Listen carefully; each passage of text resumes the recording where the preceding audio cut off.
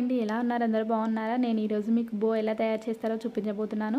ముందుగా double folding మీద 3 ఇంచుల వెడల్పు 5.5 ఇంచుల పొడవుతో క్లాత్ తీసుకున్నాను. ఇప్పుడు వీడియోలో చూపించిన విధంగా నేను ఎలా మార్క్ చేశానో ఆ విధంగా స్టిచ్ చేసుకోవాలండి. మధ్యలో గ్యాప్ వదిలిపెట్టాలి. డబల్ స్టిచ్ వేసుకోండి. తర్వాత మనం కుట్టిన ఎడ్జెస్ అనేవి మధ్యలోకి వచ్చే విధంగా సెట్ చేసుకొని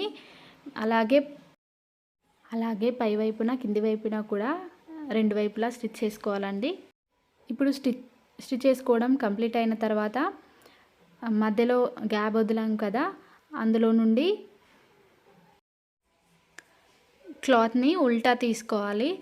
ఉల్టా తీసుకున్న తర్వాత ఎడ్జెస్ అనేవి నీట్గా షార్ప్గా వచ్చేలా చూసుకొని అలా నీట్గా ఎడ్జెస్ అనేవి సదురుకోవాలండి.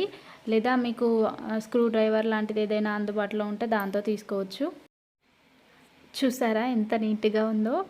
ఇప్పుడు అది పక్కన పెట్టుకొని నార్మల్ నీడిల్ తీసుకొని 2 స్టాండ్స్ థ్రెడ్ ఎక్కించుకోవాలండి. నార్మల్ థ్రెడ్ చివరన ముడి వేసుకొని థ్రెడ్ని పక్కన పెట్టి ఇప్పుడు క్లాత్ తీసుకొని క్లాత్ని మిడిల్కి ఫోల్డ్ చేసి మనం కరెక్ట్ మిడిల్కి ఒక వీడియోలో చూపించిన విధంగా లైన్ డ్రా చేసుకోవాలి. ఇప్పుడు నీడిల్ సహాయంతో వీడియోలో చూపించిన విధంగా చిన్నగా స్టిచెస్ అనేది ఈక్వల్గా వేసుకుంటూ ఇప్పుడు థ్రెడ్ అనేది ఊడకుండా నాట్స్ వేసుకోవాలండి. 2-3 నాట్స్ వేసుకోవాలి.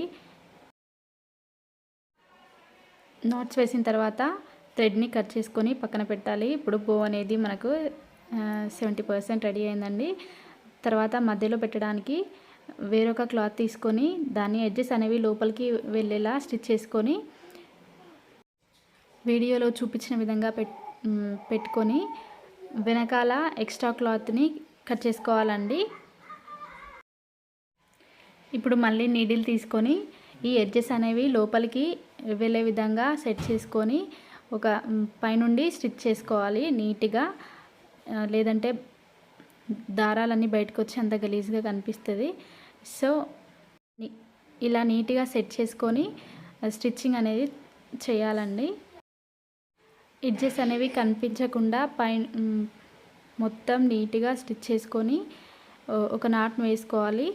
నాట్ వేసుకున్న తర్వాత కట్ చేసుకుంటే మనకి ఎంతో అందమైన బో రెడీ అయింది. ఇది ఫ్రాక్స్కి లేదంటే హెయిర్ క్లిప్స్కి కూడా పెట్టుకున్నా చాలా బాగుంటుంది.